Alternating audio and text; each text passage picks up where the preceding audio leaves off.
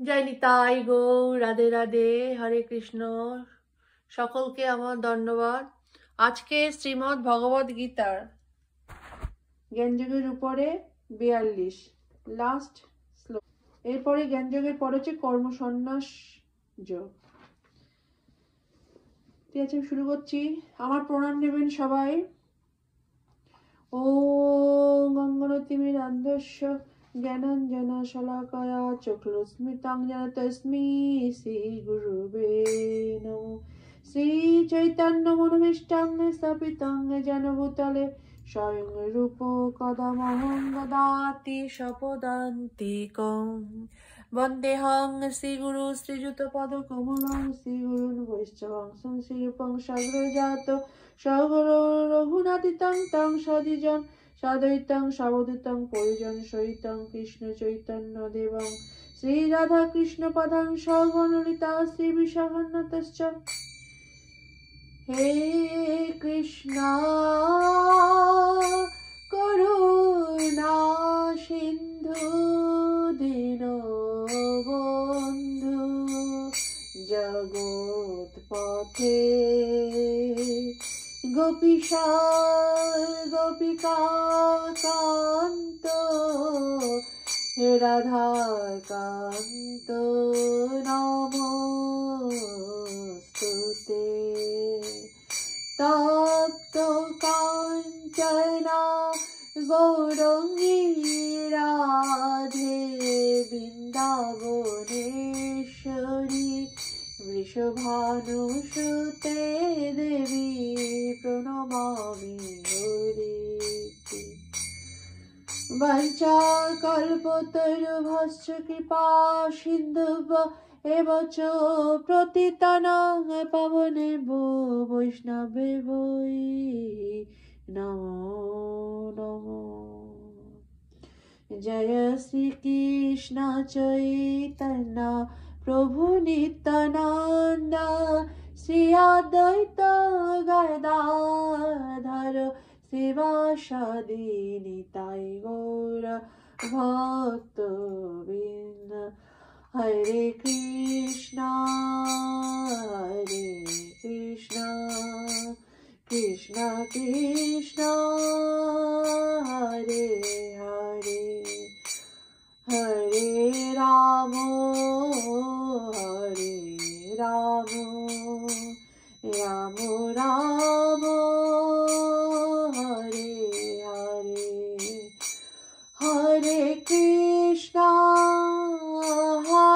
কৃষ্ণ কৃষ্ণ কৃষ্ণ হরে হরে হরে রাম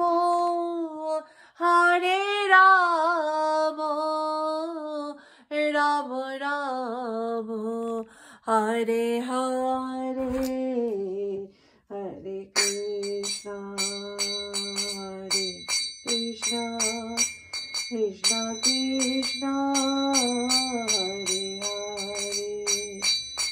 নিতাই গৌর রাধে শ্যাম জপ হরে কৃষ্ণ হরে রাম হরে কৃষ্ণ কৃষ্ণ কৃষ্ণ হরে হরে। শ্লোক নম্বর 42। তস্মাদ গণং শম্ভুস্তাং ঋতস্তাং গণাশীনাত্তন চিত্তস্তান্ন সংশয় যোগমাতিষ্ঠতিষ্ঠুত ভারত। গীতার গান।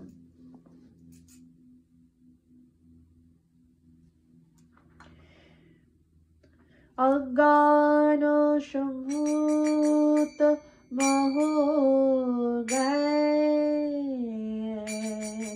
অসিদারা হৃদয়ে উদয় সব হইয়াছে যারা এই সব ছিন্ন করি জাগিয়া উঠিবে হে ভারত জগতিষ্ঠ হয় সংসারে।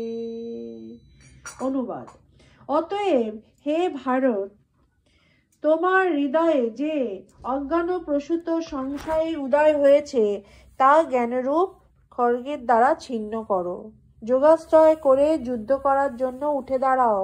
তাৎপর্য: এই অধ্যায়ে যে যোগমার্গে উপদেশ দেওয়া হয়েছে তাকে বলা হয় সনাতন যোগ, অর্থাৎ জীবের উপযোগী শাশ্বত কার্যকলাপ। এই যোগে দুই রকম যজ্ঞ অনুষ্ঠান সাধিত হয়। তার একটি হচ্ছে দ্রব্যযজ্ঞ, অর্থাৎ সব রকম জড় বিষয়কে উৎসর্গ করা, এবং অন্যটি হচ্ছে আত্মজ্ঞান যজ্ঞ, যা সম্পূর্ণরূপে শুদ্ধ পারমার্থিক কর্ম। দ্রব্যময় যজ্ঞ যদি পারমার্থিক উদ্দেশ্য সাধিত না হয় তবে তা জড়জাগতিক কর্মে পর্যবসিত হয়, কিন্তু এই যজ্ঞ যদি পরমার্থ সাধন করবার জন্য অর্থাৎ কৃষ্ণ ভাবনায় ভাবিত হয়ে সাধিত হয় তবে তা সর্বাঙ্গীন পূর্ণতা প্রাপ্ত হয়। পারমার্থিক কর্ম দুটি ভাগে বিভক্ত: নিজের স্বরূপকে উপলব্ধি করা এবং পরম পুরুষোত্তম ভগবানের প্রকৃত তত্ত্ব উপলব্ধি করা। ভগবদ গীতা যথার্থ জ্ঞান লাভ করলেও এই দুটি তত্ত্বকে অনায়াসে উপলব্ধি করা যায়। তখন অনায়াসে উপলব্ধি করা যায় যে জীবাত্মা হচ্ছে ভগবানের অবিচ্ছেদ্য অংশ। এই প্রকার উপলব্ধি পরম মঙ্গলময়, কারণ এই জ্ঞানের প্রভাবে ভগবানের দিব্য লীলার তত্ত্ব সহজেই বুঝতে পারা যায়। এই অধ্যায়ের প্রথমেই ভগবান নিজেই তার অপ্রাকৃত কার্যকলাপের কথা বর্ণনা করেছেন। ভগবদ্গীতার নির্দেশিত ভগবানের উপদেশ যে বুঝতে পারে না সে হচ্ছে শ্রদ্ধাহীন ভগবত বিদ্বেষী। ভগবান যে তাকে একটুখানি স্বাধীনতা দিয়েছেন সে তার অপব্যবহার করছে। ভগবদ্গীতা ভগবান এত সরলভাবে তার স্বরূপ বর্ণনা করেছেন, কিন্তু তা সত্ত্বেও যে ভগবানের সচ্চিদানন্দময় স্বরূপকে হৃদয়ঙ্গম করতে পারে না সে নিতান্তই মূর্খ। হরি বল। কৃষ্ণ ভাবনামৃতের সিদ্ধান্ত হৃদয়ঙ্গম করলে ধীরে ধীরে অজ্ঞানতা দূর হয়। দেবযজ্ঞ, ব্রহ্মযজ্ঞ, ব্রহ্মচর্য যজ্ঞ, গৃহস্থ পালনরূপে যজ্ঞ, ইন্দ্র নিগ্রহ যজ্ঞ, যোগাভ্যাস যজ্ঞ, তপযজ্ঞ, দ্রব্যযজ্ঞ, স্বাধ্যায় যজ্ঞের অনুষ্ঠানের দ্বারা এই বর্ণাশ্রম ধর্ম আচরণের দ্বারা অন্তরে কৃষ্ণ ভাবনামৃতের বিকাশ হয়। এই সব কয়টিকেই বলা হয় যজ্ঞ, এবং এই সব কয়টি ক্রিয়ায় নিয়ন্ত্রিত কর্মের ভিত্তির উপর প্রতিষ্ঠিত। হরি হরি বল। কিন্তু এই সমস্ত ক্রিয়ার মুখ্য উদ্দেশ্য হচ্ছে আত্মতত্ত্ব উপলব্ধি। এই উদ্দেশ্যকে যিনি অনুসন্ধান করেন তিনিই হচ্ছেন ভগবদ্গীতার যথার্থ শিষ্য। কিন্তু শ্রীকৃষ্ণের পরমার্থ সম্বন্ধে যার মনে সংশয় আছে সে অধঃপতিত হয়। তাই উপদেশ দেওয়া হয়েছে যথার্থ সদ্গুরুর শ্রীচরণে আত্মসমর্পণ করে তার সেবায় নিয়োজিত হয়ে তার কাছ থেকে ভগবদ্গীতা বা অন্য শাস্ত্রগ্রন্থ শিক্ষালাভ করা উচিত। সৃষ্টির আদি থেকে যে জ্ঞান গুরু শিষ্য পরম্পরায় ধারায় প্রবাহিত হচ্ছে তা আহরণ করতে হয় পরম্পরার ধারায় অধিষ্ঠিত যে সদ্গুরু তার কাছ থেকে। কোটি কোটি বছর আগে সূর্যদেবকে ভগবান যে শিক্ষা দিয়েছিলেন সেই শিক্ষা তার কাছ থেকে এই পৃথিবীতে নেমে এসেছে, এবং সদ্গুরু তা সম্পূর্ণ অপরিবর্তিতভাবে দান করেন। তাই ভগবদ্গীতা যথার্থ উপদেশ প্রত্যেকের গ্রহণ করা উচিত। যে সমস্ত প্রতারক তাদের স্বার্থসিদ্ধি করার জন্য ভগবদ্গীতার জ্ঞানকে বিকৃত করে তার কদর্থ করে মানুষকে বিপদে চালিত করে তাদের সম্বন্ধে সাবধান হওয়াই মানুষের কর্তব্য। ভগবান হচ্ছেন অবিসম্বাদিত পরমেশ্বর এবং তার সমস্ত লীলাই অপ্রাকৃত। এই সত্যকে সুদৃঢ় বিশ্বাসের সঙ্গে যিনি উপলব্ধি করতে পেরেছেন তিনি ভগবদ্গীতার জ্ঞান লাভ করার মুহূর্ত থেকেই মুক্ত। ভক্তি বেদান্ত কয়ে শ্রীগীতার গান শুনে যদি শুদ্ধ ভক্ত কৃষ্ণগত প্রাণ। অপ্রাকৃত পারমার্থিক জ্ঞানের স্বরূপ উদ্ঘাটন বিষয়ক জ্ঞানযোগ নামক শ্রীমদ্ ভগবদ্গীতা ৪র্থ অধ্যায়ের ভক্তি বেদান্ত তাৎপর্য সমাপ্ত হলো। হরি বল। জয় নিতাই গৌর। রাধে রাধে। হরে কৃষ্ণ।